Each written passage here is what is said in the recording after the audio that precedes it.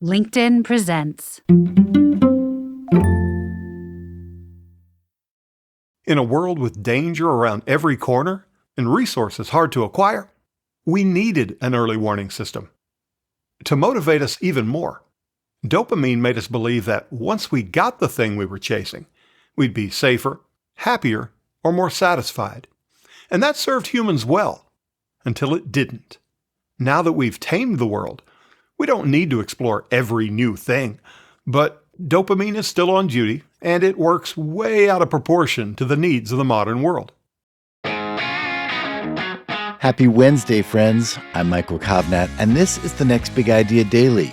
Quick masterclasses from the best new books written and read by the authors themselves. Don't forget to hit follow in your podcast player and sign up for our free newsletter using the link in the episode notes. Now today, let's talk about dopamine. You've heard of this brain chemical, I'm sure, but do you really know what it does? A lot of people think of it as the pleasure molecule, but dopamine isn't really what makes you feel good. It's what makes you want to feel good. It's the neurotransmitter that fuels your drive for more success, more stimulation, more snacks, more clicks.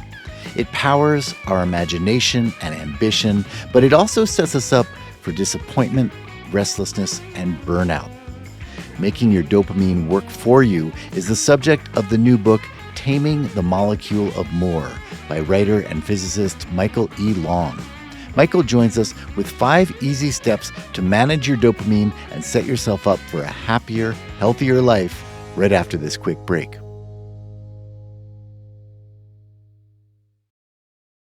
From LinkedIn News, I'm Leah Smart, host of Everyday Better, an award-winning podcast dedicated to personal development. Join me every week for captivating stories and research to find more fulfillment in your work and personal life. Listen to Everyday Better on the LinkedIn Podcast Network, Apple Podcasts, or wherever you get your podcasts.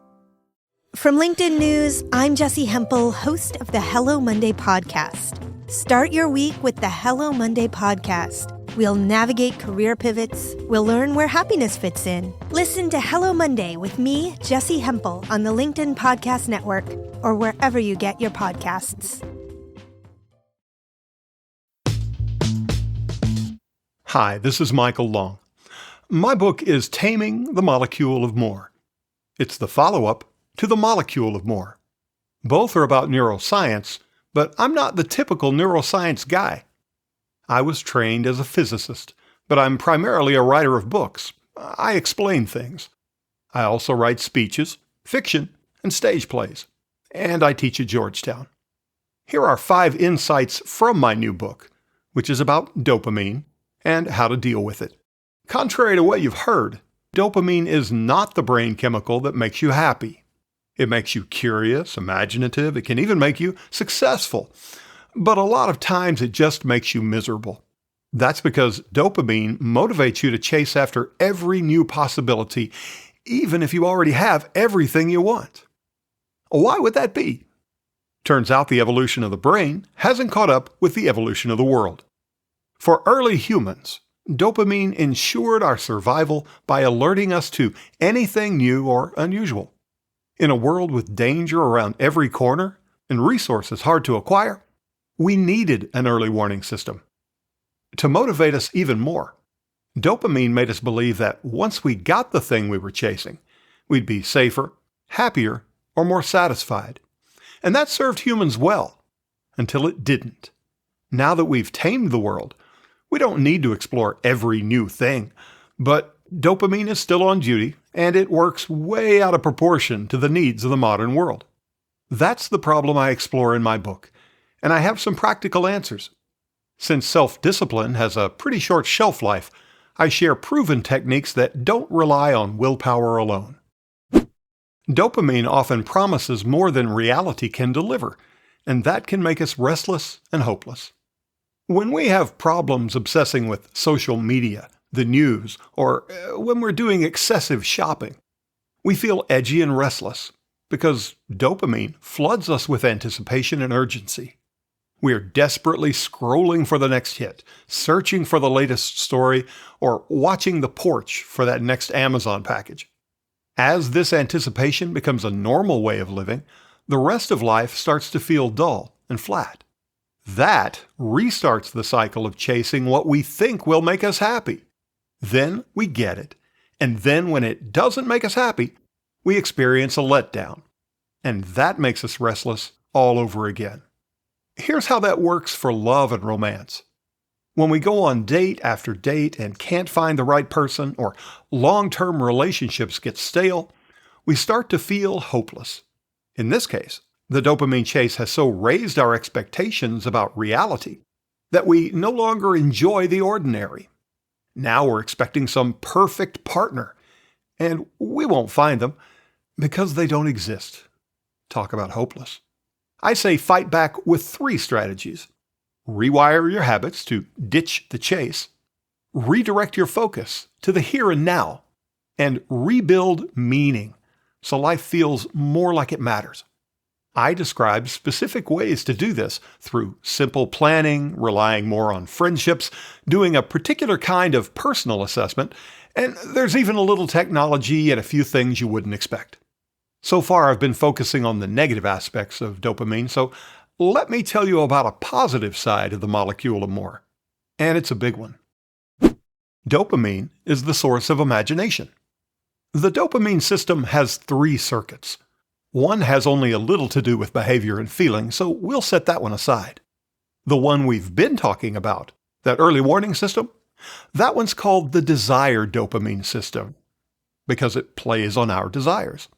The third system is very different. It's called the control system, and it gives us an ability straight out of science fiction. We'll call that capacity mental time travel. What it means is you can create in your mind any possible future in as much detail as you like and investigate the results without having to literally lift a finger. We do this all the time without realizing that's what it is. Little things like figuring out where to go for lunch. We factor in traffic, how long we'll have to wait for a table, the menu, the company. We game it out and decide where to go. But this system also lets us imagine far more consequential mental time travel. Figuring out the best way to build a building, design an engine, or travel to the moon. The dopamine control circuit lets us think in abstractions and play out various plans for the future using only our minds. That means not only can we imagine a particular future, we can imagine entire abstract disciplines, come to understand them, and make use of them in the real world based on what we thought about. Things like chemistry, quantum mechanics, and number theory exist because of controlled dopamine. Dopamine really is the source of creativity and analytical power that allows us to create the future. And that's ironic. Dopamine brings a lot of dissatisfaction to the modern world, but we wouldn't have the modern world without dopamine. Now, about that dissatisfaction. You're missing out on the little things, and you may not even know it. When my best friend died at age 39, the speaker at his funeral said, "You may not remember much of what you did with Kent, but it's okay, because it happened." I did not know what that could mean. But years later, while I wrote this book, I got it. We don't live life just to look back on it. The here and now ought to be fun. You may not remember it all, but while it's happening, enjoy it. That requires fighting back against dopamine because it's always saying, never mind what's in front of you. Think about what might be. When Warren Zevon was at the end of his life, David Letterman asked him what he'd learned. Here's what Warren said: "Enjoy every sandwich." A satisfying life requires meaning, and there's a practical way to find it. Even if you fix every dopamine-driven problem in your life, you may still feel like there's something missing. To find a satisfying balance between working for the future and enjoying the here and now, we have to choose a meaning for life and work toward it as we go. Is it possible to live in the moment, anticipate the future, and have it add up to something? The psychiatrist Viktor Frankl said we need to look beyond ourselves. That's where a sense of purpose begins. Aristotle gave us a simple formula for taking pleasure in the present, finding a healthy anticipation for the future, and creating meaning. He said it's found where three things intersect: what we like to do, what we're good at, and what builds up the world beyond ourselves. Things like working for justice, making good use of knowledge, or simply living a life of kindness and grace. If you like to do something, you're good at it, and it does something for other people, you've got all three. It doesn't have to set off fireworks, and you don't have to make history. You can be a plumber, or a mail carrier, or an accountant, or, hopefully, a writer. I like what I do. I seem to be pretty good at it, and it helps people. The same can be true if you repair the highway, fix cars, or serve lunch in the school cafeteria. If you're making life better for others with something you do well and enjoy, the days feel brighter and life acquires purpose. Life needs meaning. And that's the last piece of the puzzle in dealing with dopamine and taming the molecule of more. Thank you, Michael. All right, everyone, you can get a copy of Taming the Molecule of More wherever you get your books.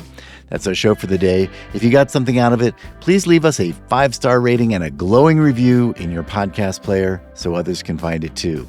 And go to nextbigideaclub.com to find out about our hardback subscription club. That's where we send you the best new nonfiction books as chosen by our curators Malcolm Gladwell, Adam Grant, Susan Cain, and Daniel Pink. Check it out at nextbigideaclub.com. I'm Michael Kovnat.